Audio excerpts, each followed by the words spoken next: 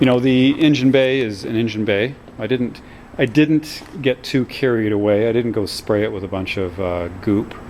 I've kind of learned just to, if the car is working well, just leave it alone. And it wasn't that important to me to have everything too shiny underneath it. It's presentable and it's clean and there's no leaks, and that's fine with me. I'm just going to leave that alone.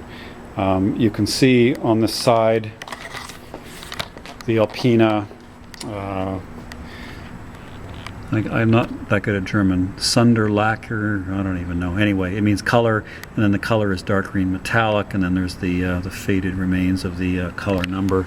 The Alpina cars have a special intake. That's apparently off of Porsche 944 Turbo, and then you can see all the Alpina all the Alpina parts on the car.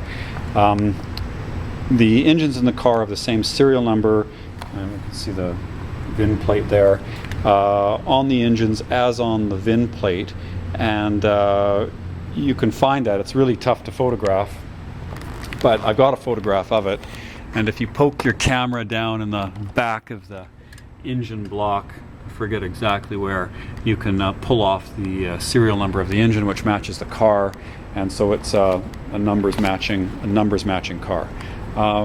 So the car was sold.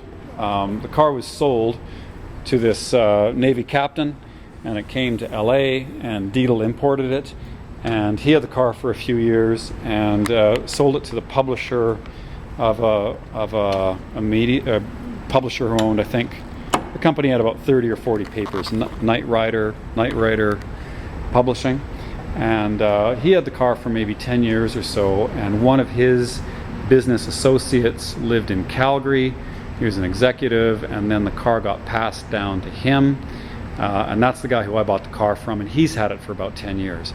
Right before the publisher sold it, he spent about $17,000 on the car back in the mid-90s, and that included some reinforcement to the rear where the diff bolts to the frame, which is a weak point on these cars, not just Alpina cars, but BMW 6 Series cars.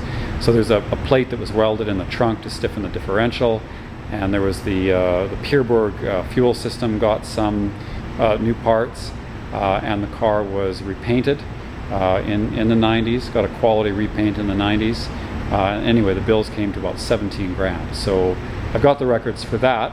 And then this fellow from Calgary then had it. He had it in LA or had it in California for a while.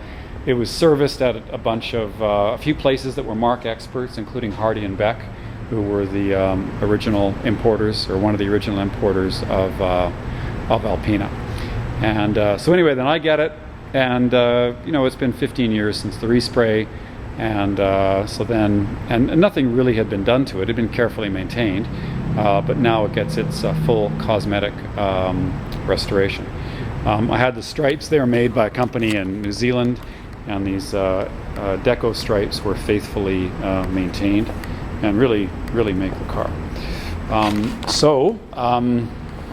Other things that I did were, I found a new old stock Blaupunkt Berlin, which I remember from reading about 80s cars, and they were often paired with these Recaro C ortho seats.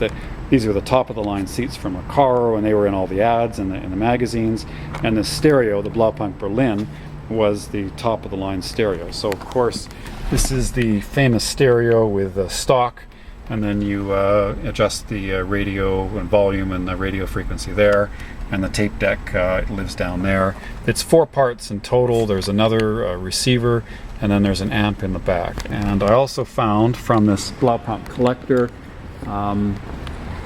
new old stock speakers, and they're these period Blaupunkt Blue Magic 90 watt speakers.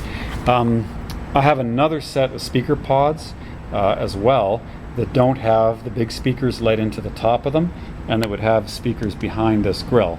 But I think this really kind of makes the car, or one of these, it's one of the period details or period correct accessories that I think adds a lot to the car. And I can't imagine there's many new old stock Blaupunkt stereos on the market right now. So all in all, it is a pretty rare car. Alpina may have made 300 or so 6 Series Turbo Coupes.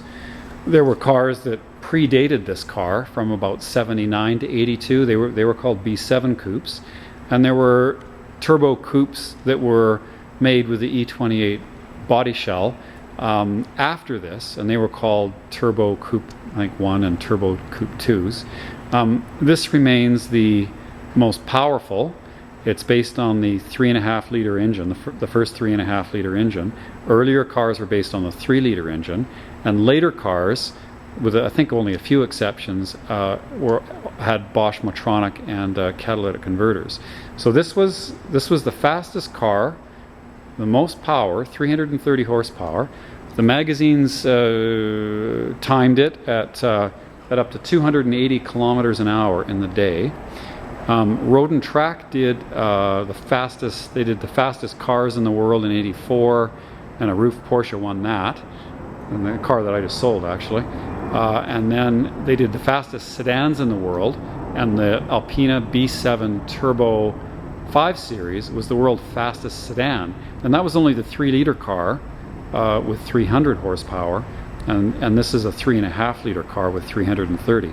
So this car is good for over 160 miles an hour, and it is still a fast car. Even at the standards of today, it's a fast car. It's 3,400 pounds, and there's quite a bit of turbo lag.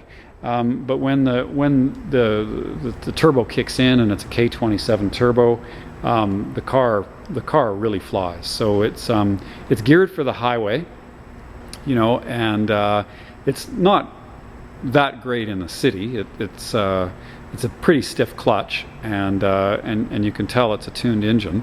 And it's really a long distance touring car, but it's really quite brilliant. And for the 80s cars right now, I think that there's a lot of guys that are my age, I'm in my 40s, who read about these in the car magazines, and like me still have those car magazines. And I think there's a lot of interest now in these 80s cars. So this is it's got to be a really welcome addition to any serious BMW collectors. There's not too many BMWs that would be more collectible than this. Just the early pre-war 328s, the CSL lightweights, the M1, etc. So this is right up there.